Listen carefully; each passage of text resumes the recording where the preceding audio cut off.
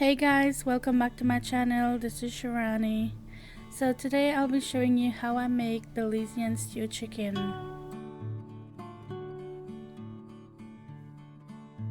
I'm starting off with a whole chicken that I'm going to cut up and wash with lime. If you don't have lime, you can use vinegar. Either one will work. So after I got my chicken nice and clean, I'm going to add some Season-All on it. And Season-All is my go-to salt. I know a lot of people use regular table salt, but for me, I always put Season-All on everything. I have several different ways how I make stew chicken.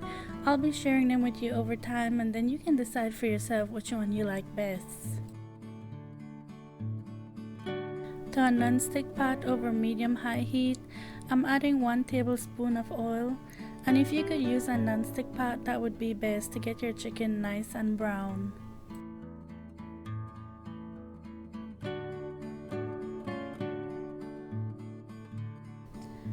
I've gotten so many requests to do Belizean stew chicken, so it's finally here for you guys.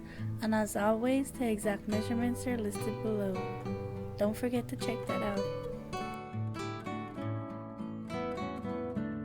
I let that go for like 20 minutes until all the water has cooked out, and at that point it's just starting to get brown, and that's when I like to add my garlic and onion.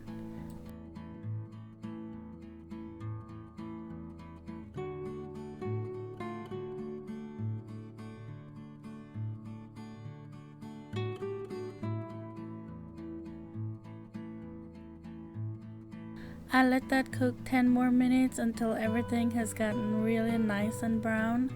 That's how I like my chicken, because I don't like to see any white chicken in the pot. Now I'm going to add some water to the pot, and just enough water to cover the chicken. I'm adding some black pepper to that, culantro, and if you live here in the States, you can check out Asian supermarkets or Latin stores and you'll find culantro.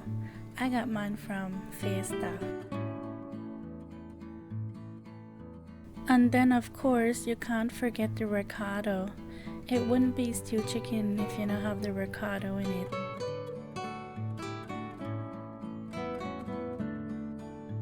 So I like to put mine in a little bowl and put some water in it and use my spoon to mix it around so it could dissolve before I put it in the pot.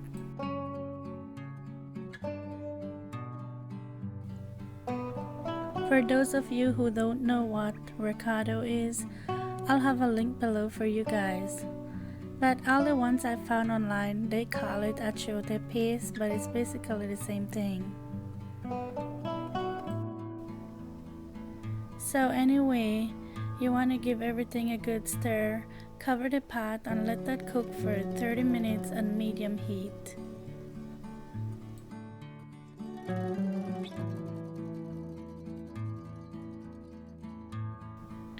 I like mine with a lot of gravy.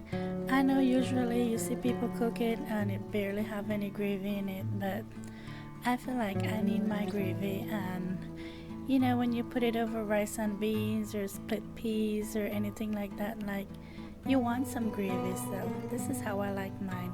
If you don't want so much gravy in yours, just cook it a little bit more, like an extra 5 minutes or so, but I like it this way. Okay, I'll catch you in my next one. Bye.